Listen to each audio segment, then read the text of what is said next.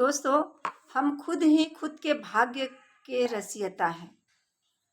बहुत सारे लोग पंडितों के पास में जाते हैं, ज्योतिष के पास में जाते हैं और अपना हाथ दिखाते हैं। पंडित और ज्योतिष जो बोलते हैं उसे मान लेते हैं। पंडित और ज्योतिष हाथ देख करके ये कमांड देते हैं कि आपके लाइफ में ये सारे चीज़ें हुई हैं और आने वाला कल में ये सारी चीज़ें आपके लाइफ में होने वाली है। और दूसरे के बोले हुए शब्दों को लेकर के हमारा ये सबकॉन्शियस माइंड है वो मान लेता है और उसी के अकॉर्डिंग काम करता है।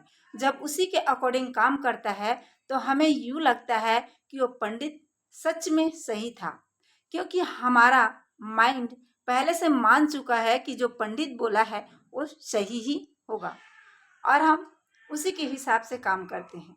पर दोस्तों, ऐसा कुछ भी नहीं। आपके कर्म ही आपके भाग्य को दर्शाता है। हम जो जो कर्म करते हैं, हमारे ही कर्म के हिसाब से हमारा भाग्य चलता है। यदि आप शांति से बैठो और मनन करो और देखो तो जितने भी हम कर्म किए हैं उसी कर्मों के हिसाब से हमारा जो लाइफ है वो आगे बढ़ते जाता है। और हम इस चीज़ को समझ नहीं पाते हैं, पकड़ नहीं पाते हैं और दूसरे को हम ज्ञाता बना देते हैं। आप अपने अंदर में देखिए, खुद के मन में जाइए, खुद के अंदर समा जाइए और शांति मन से देखिए कि आपके लाइफ में जो कुछ भी हो रहा है क्या वो दूसरों ने किया। तो आप पाएंगे वहाँ पर कि नहीं, आपके लाइफ में जो कुछ भी हो रहा है वो सिर्फ और सिर्फ आपके कारण हो रहा है।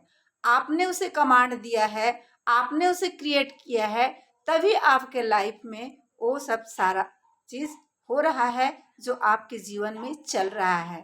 दोस्तों, हम जाने अनजाने में कभी कभी बुरे चीज़ों को कमांड दे देते हैं तो वो चीज़ लौट करके हमारे लाइफ में आता है। हम जान नहीं पाते, समझ नहीं पाते कि हमारे जीवन में ऐसा क्यों हुआ।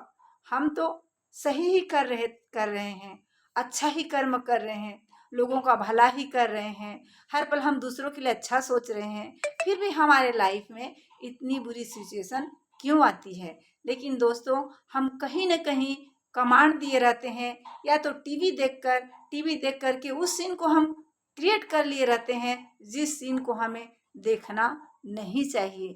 और उस टीवी के सीन हमारे माइंड में कभी क्रिएट कर देता है कि आपने इसे देखा और दिमाग ने कहा तथास्तु, और आगे चल करके हमारे ही कर्म